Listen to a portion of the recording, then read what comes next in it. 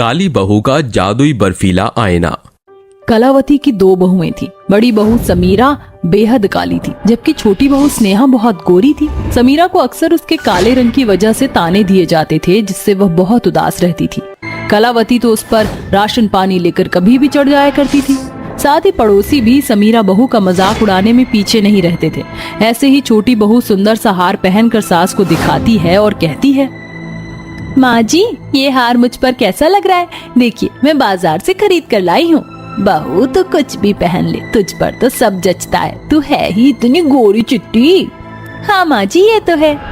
माँ जी ये देखिए, मैं भी देवरानी के साथ बाजार गई थी तो मैंने भी एक हार खरीदा था, देखो ना कैसा लग रहा है मुझ पर। तू कुछ भी पहन ले, तुझ पर तो कुछ खिलता ही नहीं है। तेरी काली सूरत पर तेरी आंखें, दांत और अब ये हार चमक रहे हैं।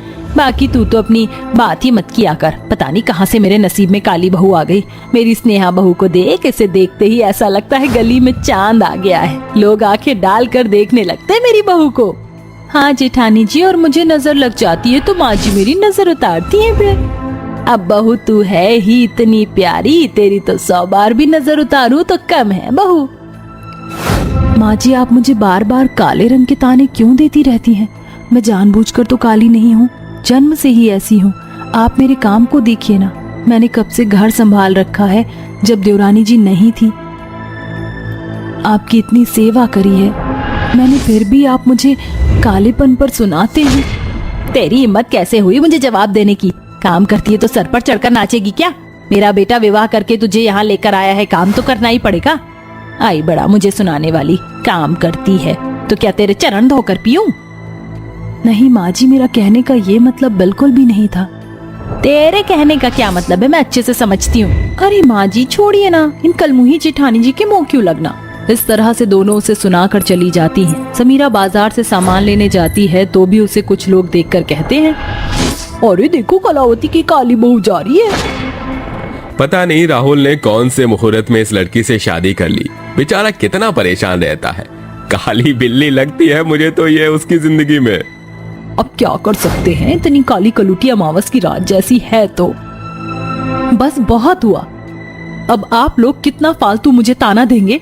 आप होते कौन हो मुझे ऐसा बोलने वाले? भले ही मेरी रंगत काली हो, लेकिन आप लोगों की काली जुबान मुझसे भी ज्यादा काली है। ये सुनकर उन सभी की जुबान बंद हो जाती है। फिर समीरा घर लौट आती है, जहाँ सास और देवरानी दोनों बदतमीजी तरीके से बात करती हैं और उसे ताना देती हैं। कुछ दिन बीतते हैं, तभी चाय पीते हुए सुनैना को देखकर देवरानी कहती है, ओहो अरे और चाय क्यों पी रही हो? और चाय पीकर खुद को काला कौवा बनाना चाहती हो पूरे तरीके से? बस बहुत हुआ, अब मैं और यहाँ नहीं रहूंगी। अरे 2 दिन में इसकी अकल ठिकाने आएगी और वापस नौकरानी की तरह यहाँ काम करने लगेगी। इसके बाद समीरा घर छोड़कर चली जाती है। वो एक जंगल में पहुंचती है, जहां वह देखती है कि वहां पर एक पेड़ काफी झुका हुआ था। तो वह उस झुके हुए पेड़ की एक डंडे की सहायता से मदद करती है, जिसके बाद वो सीधा खड़ा हो जाता है। वहीं आगे जाकर एक काली बहू को साधु बाबा मिलते हैं, जो कि तपस्या में लीन थे कि एक केकड़ा उन्हें काटने ही वाला था। सही मौका पाकर समीरा उसे बचा लेती है। तभी वो बाबा आंखें खोलकर कहते हैं, मैं तुमसे बहुत प्रसन्न हूँ, तुमने मेरी जान बचाई है। बोलो क्या चाहिए? बाबा आप तो अंतर्यामी हैं, मैं बहुत परेशान हूँ। अपने जीवन में मेरे कष्ट को समझिए। सभी लोग, यहाँ तक कि मेरी माँ जी और देवरानी भी मुझे बहुत कालेपन के ऊपर ताने देते हैं। मैं तंग आ चुकी हूँ ऐसी जिंदगी से बाबा। लेकिन अब तुम्हें परेशान होने की कोई जरूरत नहीं है। मैं तुम्हें ऐसा आईना दूंगा जिसमें देखकर तुम रूपवती हो जाओगी। उसका असर 3 दिन रहेगा।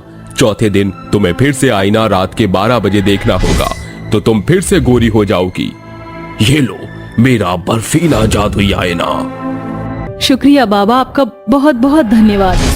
ये कहकर समीरा उनसे वो बर्फीला आईना लेकर घर जाती है।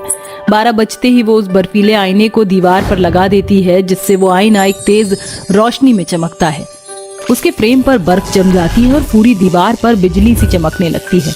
जैसे ही समीरा खुद को जादुई बर्फीले आईने में देखती है, एकदम से वह गोरी रूपवती बन जाती है।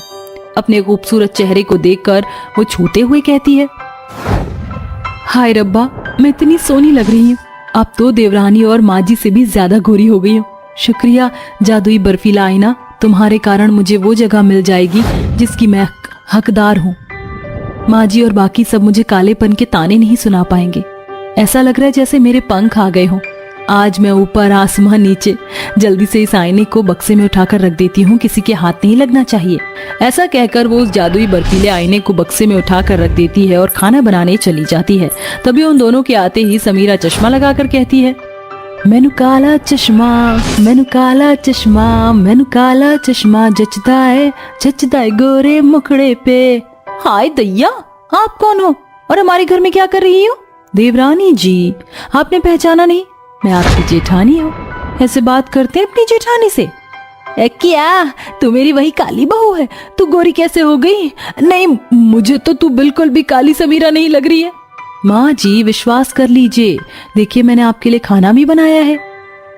जेठानी जी, आप ऐसे कौन से ब्यूटी पार्लर से आई हो जिसने आपकी चमड़ी को गोरा कर दिया? ब्यूटी पार्लर नहीं, मैं कोई ब्यूटी पार्लर नहीं गई थी। हाँ, मैं आपसे ना झाड़ू लगवाऊंगी, ना बर्तन साफ करवाऊंगी, सिर्फ खाना बनाऊंगी। तो बाकी का काम तुम खुद देख लेना, छोटी देवरानी जी। जी जेठानी जी। भला ऐसे कौन से ब्यूटी पार्लर से तैयार होकर आई है कि अमावस का रात आज पूर्णिमा के चांद की तरह चमक रहा है? जुबान तो देखो कैसे कैंची की तरह चल रही है। माँ जी, हमारे सुख के दिन गए अब।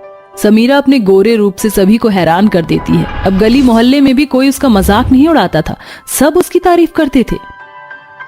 हाय रब्बा, ये समीरा इतनी गोरी कैसे हो गई? जो भी हो, घनी कसूती लग रही हो। अपने पति के कान पकड़कर सुनैना रवि को अंदर ले जाती है। ये देखकर समीरा हंस जाती है। वक्त बीतता है, जब भी उसका तीसरा दिन पूरा होता था तो वह चौथे दिन जादुई बर्फीले आईने में देखकर खुद को गोरी कर लिया करती थी। किसी को पता नहीं चलता था। अब घर के ज्यादातर काम छोटी बहू किया करती थी। फिर एक दिन दोपहर के समय कलावती अपनी दोनों बहू के साथ बाजार गई थी कि कीचड़ में पैर रखने से कलावती सर से लेकर पांव तक काली हो गई। ये देखकर स्नेहा मजाक उड़ाते हुए कहती है, माँ जी, तो आप पुरानी वाली जेठानी जी की तरह लग रही हो जो दूसरों को काला बोलते हैं, उसके साथ यही होता है। अरे माँ जी, संभाल कर। अरे छोटी बहू, मैं गंदी हो गई हूँ, मेरी मदद कर, पानी लेकर आ कहीं से। क्या? ची, आपके पास इतनी स्मेल आ रही है, मैं तो आपके आसपास भी नहीं आ रही। मुझे आपका साथ नहीं देना, आपको छूते ही मेरी गोरी स्किन गंदी हो जाएगी। इट्स सो डिस्गस्टिंग माँ जी। ऐसा कहकर वो चली जाती है। माँ जी, आप फिक्र मत कीजिए, मैं हूं ना, आपको मैं साफ करवाती हूँ, जरा आइए मेरे साथ। अपनी सास का हाथ पकड़कर समीरा उसे किसी से पानी लेकर उस पर पाइप से पानी डालती है, जिसके बाद वो साफ सुथरी हो जाती है। दोनों घर वापस लौटते हैं। कपड़े बदलने के बाद कलावती कांप रही थी, तभी समीरा अपनी सास को चाय देने जाती है। इतने में समीरा की असली रंगत उसके सामने आ जाती है और वो कहती है, हे भगवान, मेरे हाथ काले कब पड़ गए?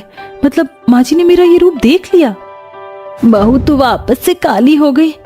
लेकिन बहू, तू काली हो या गोरी हो, मुझे कोई फर्क नहीं पड़ता। इंसान का दिल अच्छा होना चाहिए, जो कि तेरा है। स्नेहा बहू मुझे ऐसे छोड़कर चली गई, मुझे उससे ये बिल्कुल उम्मीद नहीं थी। सबसे ज्यादा मैंने उसी को ही प्यार किया था और उसने मुझे ये सिला दिया। इसका मतलब माँ जी, आपने मुझे अपना लिया? हाँ बहू, आपने मुझे ऐसे ही अपना लिया तो मुझे उस जादुई बर्फीले आईने की जरूरत नहीं है। मैं वो साधु बाबा को वापस कर दूंगी। ये सब सुनकर स्नेहा उन दोनों से माफी मांगती है और समीरा वो जादुई बर्फीला आईना साधु बाबा को वापस कर देती है, जिसके बदले में वो हमेशा के लिए उसे गोरा बना देते हैं। फिर सब खुशी खुशी रहने लगते हैं।